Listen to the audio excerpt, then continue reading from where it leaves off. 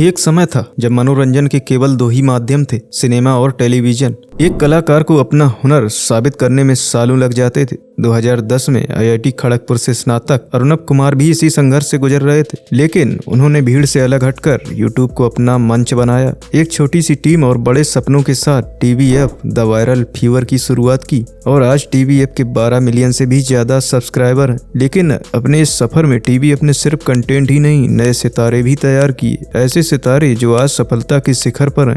पर उससे पहले जानते हैं कि टीवीएफ की शुरुआत आखिर हुई कैसे। तो सबसे पहले बात करते हैं टीवीएफ की कहानी की, जो शुरू होती है भारतीय एंटरप्रेन्योर अर्नब कुमार से, जो आईआईटी खड़गपुर से स्नातक थे और उनका सपना था युवाओं के लिए रिलेटेबल कंटेंट बनाना। जिसके बाद उन्होंने अमित गोलानी और विश्वपति सरकार के साथ मिलकर 2010 में टीवीएफ यानी द वायरल फीवर की शुरुआत की। और रोडीज का स्पूफ, और एक लड़का था मेरा जूनियर खड़गपुर से जिसने मुझे कांटेक्ट किया था, ये सर मुझे भी फिल्म मेकिंग करनी है, आपने एडिंग किया ओम शांति ओम में, मैं आपसे मिलना चाहता हूँ। और वो लड़का था विश्वपति सरकार। टीवीएफ ने काफी मजेदार और अनोखे वीडियो बनाने के साथ भारत में वेब सीरीज का एक नया चलन शुरू किया। Permanent roommates, pitchers, Kota factory और ट्रिपलिंग जैसी सीरीज आम बॉलीवुड फिल्मों से काफी अलग हैं और साथ ही युवाओं के लिए रिलेटेबल भी। इस प्लेटफॉर्म ने जितेंद्र कुमार, शिवांकित परिहार, अरुण कुशवाहा, निधि बिष्ट जैसे प्रतिभाशाली कलाकारों को एक नई ऊंचाई पर पहुंचा दिया, जिन्हें आज हम सब बहुत पसंद करते हैं। तो चलिए हम एक एक करके इन सितारों की करियर जर्नी के बारे में जानते हैं, कैसे टीवीएफ का सफर इन कलाकारों के लिए उनके करियर का टर्निंग पॉइंट बन गया।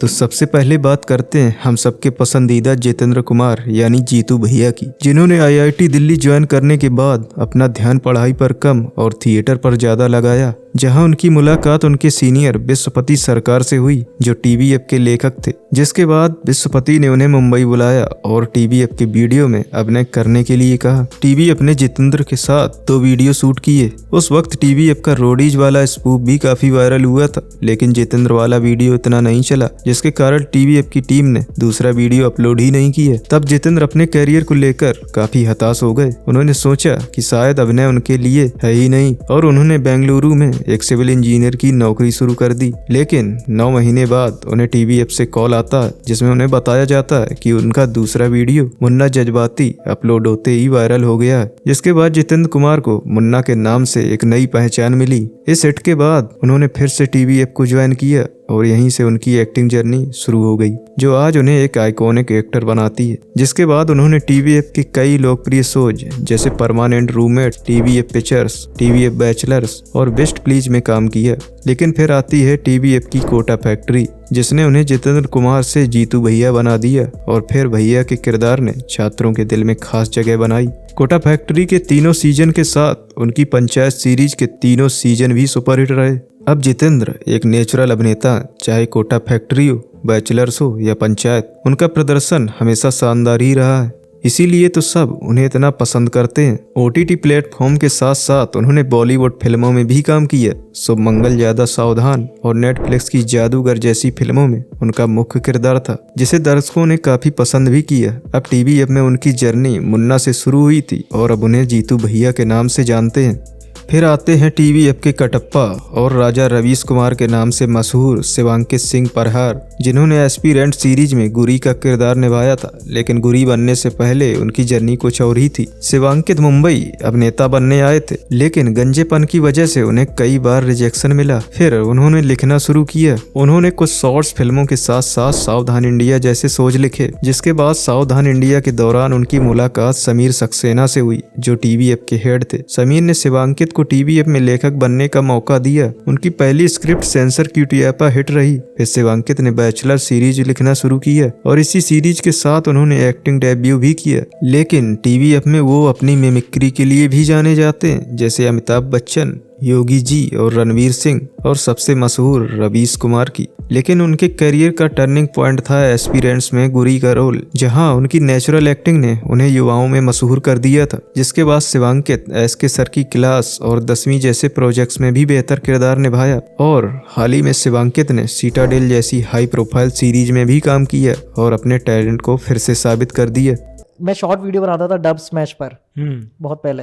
हमारे अगले स्टार हैं अरुण कुशवाहा, जिन्हें आप और हम छोटे मियाँ के नाम से जानते हैं। अरुण अपने अलग कॉमेडी और अभिनय शैली के लिए बहुत मशहूर हैं। हाल ही में उन्होंने भूल भुलैया 3 में टिल्लू का किरदार निभाया। ग्वालियर के एक छोटे से शहर से आने वाले अरुण ने कभी सोचा भी नहीं था कि वे बॉलीवुड तक पहुंच पाएंगे। 2014 में ग्रेजुएशन के बाद अरुण ने मुंबई में विप्रो में नौकरी शुरू की, लेकिन नौकरी के साथ साथ वह डब स्मैश और यूट्यूब पर वीडियो बनाते रहते थे। उनका यूट्यूब चैनल छोटे मियाँ जब वायरल हुआ तब अरुण लोगों के बीच काफी लोकप्रिय हो गए। एक दोस्त के जरिए उन्हें टीवी में काम करने का मौका मिला, जहाँ उन्होंने लेखक और अभिनेता के तौर पर शुरुआत की और उनके इसी अनोखे नाम से प्रेरित होकर टीवी अपने बड़े मियाँ छोटे मियाँ सीरीज बनाई। धीरे धीरे वह टीवी के वीडियो जैसे क्यों बने करोड़पति और गैट्रो के खिलाड़ी में नियमित रूप से आने लगे। दर्शकों को उनका कॉमिक टाइमिंग बहुत पसंद आने लगा। क्या करेंगे इतनी सारी धनराशि का? सर, हमारे गांव में एक संत बाबा राम प्रसाद अनाथालय है। ओह, बहुत ही नेक ख्याल है आपका। उसको तोड़वा के नया कैसीनो खुलवाना चाहते हैं। अरुण के यूट्यूब चैनल छोटे मियाँ अरुण पर 1.3 मिलियन सब्सक्राइबर हैं। उन्होंने भुवन बाम की डिंडोरा सीरीज से लेकर NCR डेज और डूड में भी काम किया। टीवी से पहचान बनाने के बाद अरुण ने बॉलीवुड में कदम रखा, जहां उन्होंने लुका छुपी, 10वीं और भूल भुलैया 3 में भी अपनी प्रतिभा दिखाई। अरुण कुशवाहा का यह सफर उनकी मेहनत और लगन का एक बेहतरीन उदाहरण है। अब बात करते हैं टीवी की नारी शक्ति निधि बिष्ट की। 2008 के आसपास निधि ने अपनी वकील की नौकरी छोड़कर अपने अभिनय के सपने को पूरा करने का फैसला किया। शुरुआत में उन्हें कई बार रिजेक्शन झेलना पड़ा, क्योंकि वह टिपिकल हीरोइन की छवि में फिट नहीं बैठती थी। जब निधि दिल्ली में शॉर्ट्स फिल्म कर रही थी, तब उन्होंने विश्वपति सरकार के जरिए टीवी ज्वाइन किया, जहाँ उनके टैलेंट और मेहनत ने सबका ध्यान खींचा। उनकी पहली स्केच वीडियो कॉलर नैना थी, जो टीवी की सबसे पुरानी वीडियो में से एक है।